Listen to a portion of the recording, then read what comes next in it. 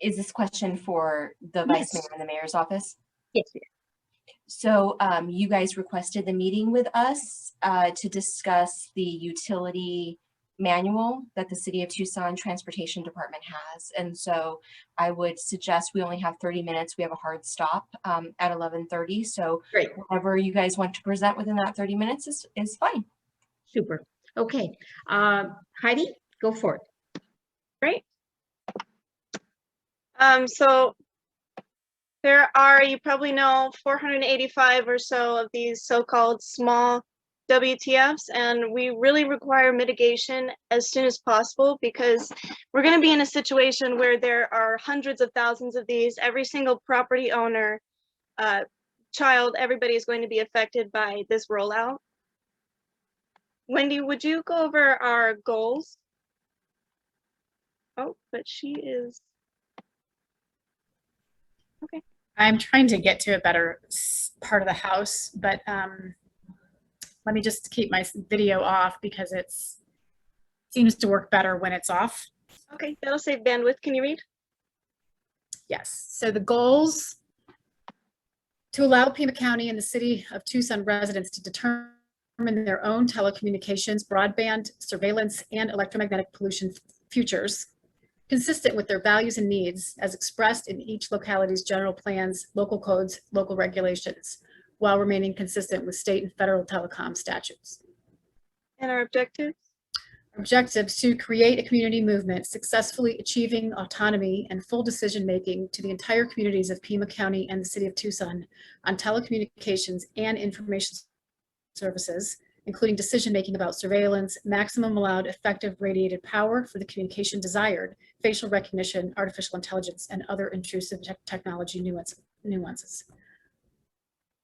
nuisances. Sorry. So our ask today is, number one, that immediate hold is placed on the utility manual. The publishing of that is like putting the cart before the horse, and following to engage with the public to create a Tucson WTF code, which would be our horse. Number three, to treat the work completed for the utility manual as one input, but then truly consider the Tucsonans WTF code and free national legal expertise from attorneys Andrew Campanelli and Scott McCullough and other attorneys. We need to focus on the liability transfer from wireless companies to the cities. There are currently lawsuits over the 1996 Telecom Act, the ADA, FHAA, and NEPA violations, and claims of direct injuries from excessive effective radiated power because of this decade-old pollution liability insurance exclusion. We ask that there be public workshops with equal time and consideration for the public to present as full stakeholders. And today, this has been blocked by Ortega, Rankin, and Kozaczyk. We need to include ideas from the revised Tucson's WTF ordinance and pass a revised city WTF ordinance and ensure that the utility manual is consistent with that ordinance in order to follow the February 23rd city council vote this year, which proceeded in the public record as follows. Councilmember Kozaczyk proposed an ordinance. He said, we would like an ordinance that requires the providers to show us that they have exhausted all other possible locations for a pole site. The motion was for a local ordinance. Councilmember Fimbres, a second. City attorney weighed in and provided that there can be additional direction for the staff, and any of those shall be brought back to the mayor and city council for consideration and approval. Councilmember Fimbres, that works for me. Mayor Romero called to a vote with 5 ayes and 0 noes. A utility manual is not a local ordinance. Statutes govern this process, and proper due process was ignored when the direction from the city council to the city staff was changed to produce a utility manual without first passing a revised City of Tucson wireless ordinance.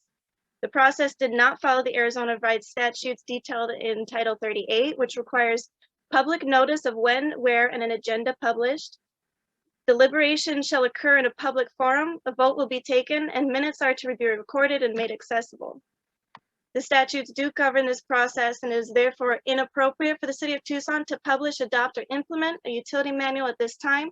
Since the public, as full stakeholders in the management and ownership of the right-of-way, stakeholders have the right to the quiet enjoyment of their streets and homes and have yet to be heard.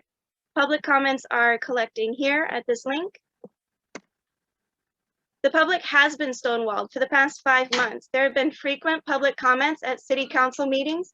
Voice only is not participation in meetings and violates Arizona open meeting laws. February 23rd, the city manager Ortega and city attorney Rankin were assigned to the task to update the City of Tucson wireless ordinance. On March 15th, we had a Zoom call with Sam Credio and Roy Lusk. And on April 2nd, the Tucsonans Wireless Telecommunication Facilities Ordinance was submitted to the entire city council, but garnered no discussion. Furthermore, there are many emails in the public record requesting meetings, discussions, and public participation in developing this ordinance with all stakeholders to represent the public's values and needs, and the result was to have no discussion. On July 29th, Kozaczyk hosted a Zoom meeting with the industry, giving them a great deal of time to present, but there was no representation on behalf of the public. On July 22nd, Diana Alarcon and Ortega hosted what we were told to be the final meeting with the industries regarding the utility manual. And the public's questions were ignored in that meeting. This is how the city of Tucson is organized, with the citizens at the top, followed by the mayor and council, the city manager, and the city attorney. Right here is low on the list is the transportation and mobility. Ward 6 is the one who's making all the comments that we can read on the city's progress in this matter. Ward 6 cannot represent all of Tucson. We asked the question to Kozaczyk, will you please cite the specific law that says the city has no authority to deny an application for a permit to a small cell? And he replied with this. He continues to mislead by quoting this early version of HB 2365. Here's, if you click on the link, where you will go. It's a bill that would govern the county in Title 11 and not the city. This bill did not pass into law. What's missing here at the bottom is, hold on just one second. Come on, anyway, I know, I understand.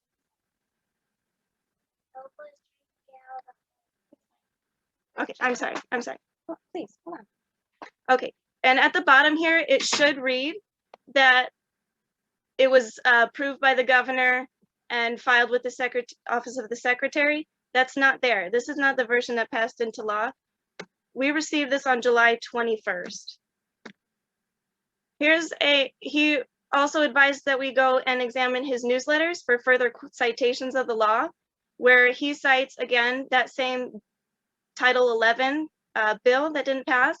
And he says that the state law is such that the telecom providers can select a utility pole and the utility can't say no. He then goes on to say, if you want to read the whole bill, Google HB 2365. What happens if you Google HB 2365? You will get this version of the bill that didn't pass. You will not find the correct version of the law, the statute, on the first few pages of a Google search. Here's some more excerpts of his most recent newsletter. He establishes that he was looking for an ordinance, not or any other legal means, it was and. That's on the public record. He does say we are given the right to manage what happens in the public right of way. Even in that preemption law, that's true. He then says, but we still can't compel them to co-locate on other poles.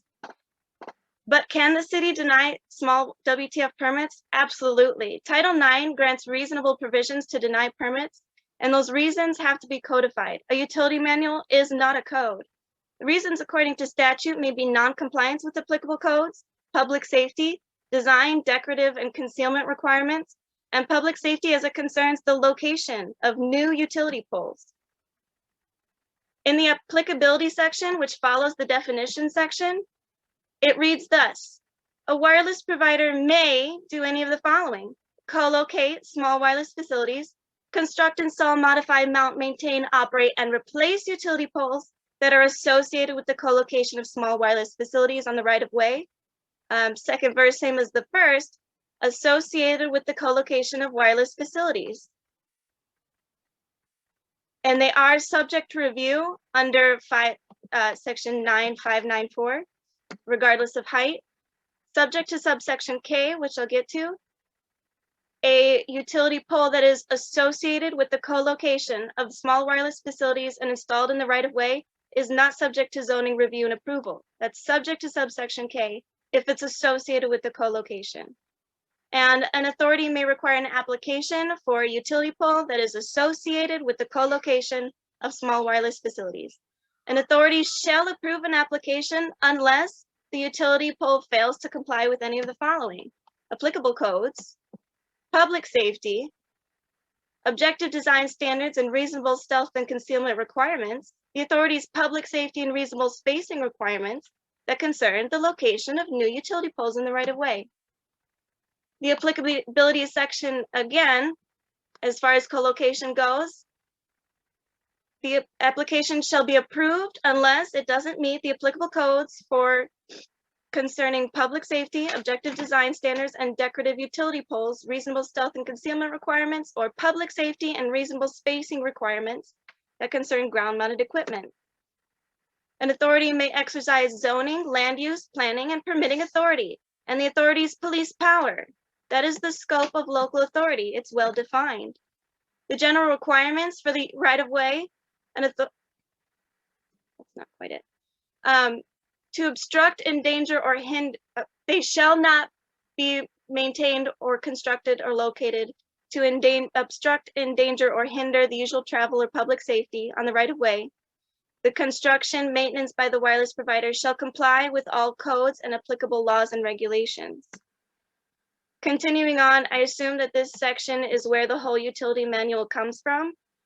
An authority shall treat a wireless provider's facilities located in the right-of-way on an equal basis with other utility facilities, except that they may adopt reasonable regulations to address the separation of wireless providers' facilities from others. The final version of HB 2365 can be found at this link as a law, and it will show approved by the governor and filed with the Office of the Secretary of State. A focus on liability, the state and city of Tucson cannot afford to violate federal laws such as the 1996 Telecom Act, NEPA, FHAA, or the ADA. We do have some suggestions for the utility manual, such as setting the following definitions of public safety, defined in the latest edition of Black's Law Dictionary as the welfare and protection of the general public, usually expressed as a governmental responsibility. We need to redefine co-location to remove the words adjacent to, making it consistent with the federal definition, and tighten the definitions of right-of-way and easement. In conclusion, each utility, demands different requirements and regulations based on the purpose, need, and impact. Therefore, each utility shall be governed accordingly, and this provides an equal basis framework on which to proceed.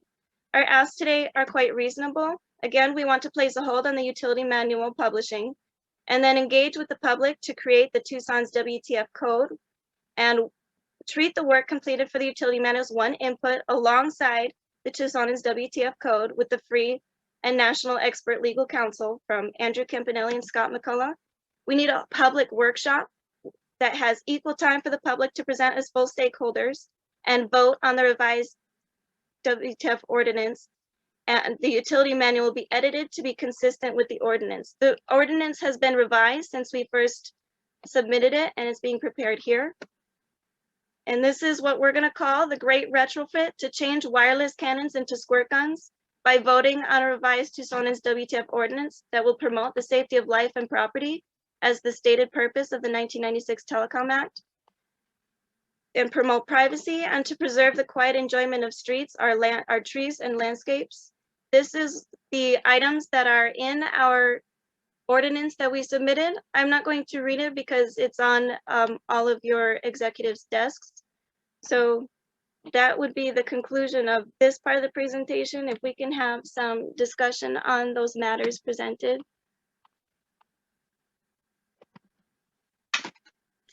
Thank you, Heidi. I think that very nicely puts forth our issues and our positions. And yes, we'd love to discuss this with you.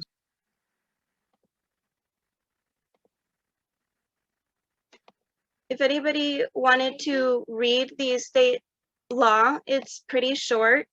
It's not a big read. This is just definitions. It's only about 10 or 12 pages in really big capital letter font. This is Title 11 below. Hey, hey.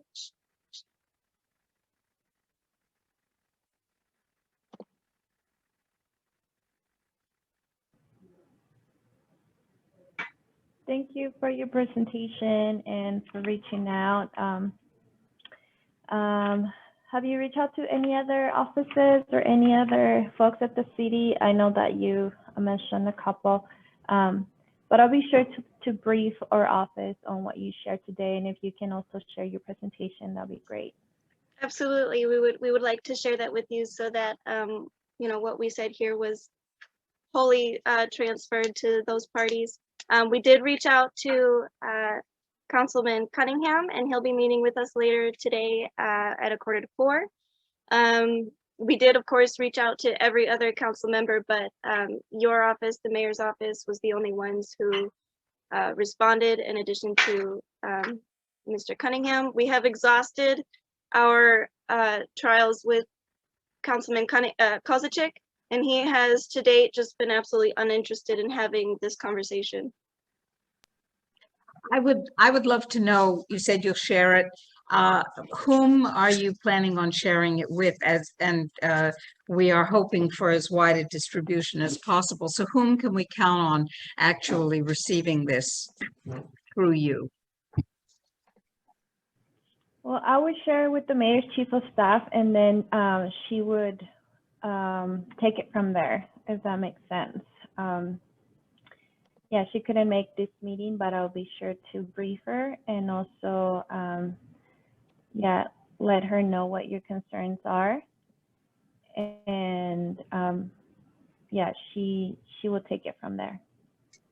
We would love it if the mayor's chief of staff would get back to us once she's had a chance to review this and once the mayor has had a chance to review it. We think that's a very important part of the dynamic of communication, which up until now, we have been very, very frustrated because of lack of. So if you can help us change that dynamic and make it an interactive process, we'd love that. I'll be sure to share that as well. Question for you. Did you, because so as you guys are aware, the utility manual is not just about small cell poles or 5G, 4G. It's primarily about utilities, TEP, Southwest Gas, the main utility providers. And so putting a hold on the whole utility manual would have some different domino effects, right? Because it's not just this one piece. Have you spoken to the Department of Transportation, and have they talked to you about the purpose of the utility manual? Have you given them your presentation? They have not been willing to have this conversation. We did ask a number of questions, as many as we could, to try to understand those matters. We do understand that it is governing all utilities, and that's really part of the problem because that wasn't what was voted on by the city council. The vote was to put some restrictions on the small cell companies, and what we got was restrictions on all utilities, which is a problem because we want to see a lot more fiber optic, and it seems like this manual is going to cost utilities who break up the ground a lot more, and we think it's going to be a problem for the city of Tucson to plan to increase fiber optic network in the city of Tucson if it's going to cost them so much more. And it's what we need is fiber optic for our homes and businesses. We don't really need a cell tower in front of our house. So it is a problem that it's going to govern all utilities when we don't have an ordinance that's going to you know, reflect what was voted on, which is an ordinance that will govern the Tucson Telecommunications Code. And no, we didn't get to present this to the Department of Transportation. We did try, and they were not interested. They pretty much said, this is the direction that we're going with. There is, it was submitted to, I believe, each of your offices, as well as it was directed to the city manager. with an appendix of all of the communications that have been stonewalled as far as the utility manual goes. And if I can conclude my speech here with a question, where is the evidence of the city council and the mayor's office assessing the pass along costs to residents and consumers and taxpayers that this manual may cause? Because I hear it could be a lot of money.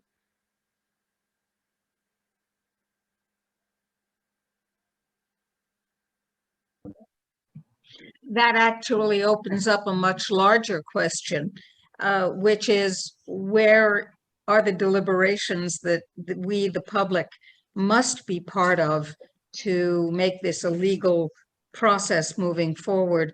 Where are the assessments? Where are the estimates of various cost benefits for various possibilities?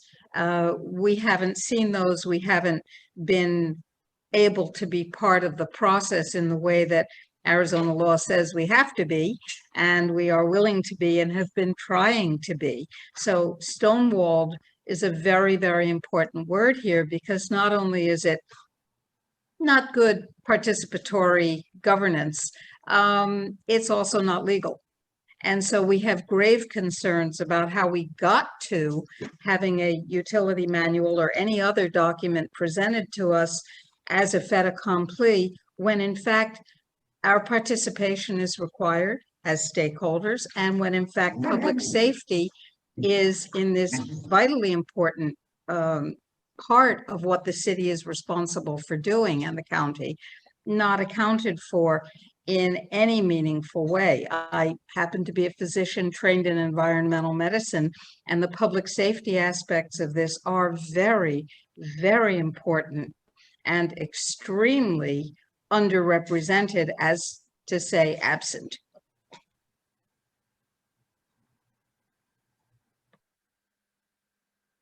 Oh, you just muted yourself. I did, because I was finished speaking. No, Miss Smith.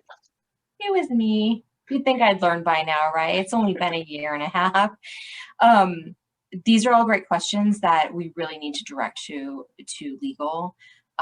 I don't have the legal answers to them. I don't know, Fatima, if you want to take a crack at it. That's what I assumed. Looks like in your presentation you had spoken to Roy before. Have you discussed the utility manual with Roy?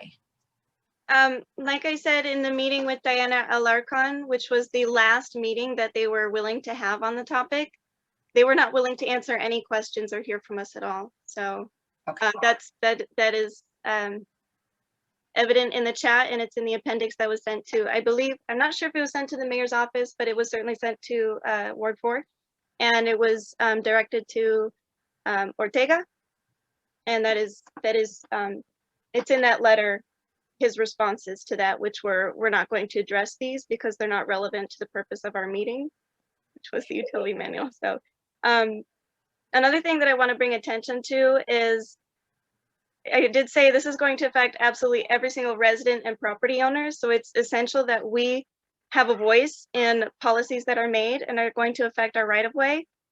Even if it's not just for small cells. Like I said, we do want to see a lot more fiber optic, because that's the best thing and that's what we need for our homes and businesses. One problem that we're going to see a lot of going forward when they have a really densified network is problems of social engineering, surveillance, and a capitalization on the attention economy, which I don't think anybody needs or wants for their children to grow up with. Once it's there, how are we going to get it to go away? They're going to have so much information on us in our daily lives, and a lot of influence and pull in how we conduct ourselves, our businesses, and how we raise our families. And the attention economy is something that we shouldn't be supporting, you know, with all arms and legs in, because this is the city of Tucson. We love our landscape and being outside in the beautiful weather.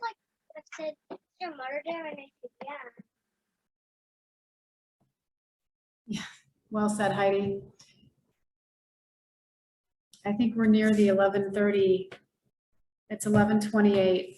Heidi, did you want to wrap up? Yeah, the other thing is, of course, it's really ugly. We already have a lot of clutter with all the power lines and poles, and I think that's quite enough. I've always had an issue with that since I was a kid. It's a lot of clutter, and it's only going to get worse. And I'm not sure if everybody realizes the scope of how much worse it's going to get. There are going to be hundreds of thousands of these. Like I said, every single property owner is going to see one just 500 feet away from the next one. The densification is going to be huge and hideous. So I would like to see some more objective design standards like cactus, scroll work, a really tiny unit. You know, we can regulate the size of these units so that they're so small, they don't need to be put on a standalone pole. So that's another thing that we can do as far as objective design. And I do have one last question that I hope you can answer. Is the final utility manual going to be voted on by the council, or is it just going to be published?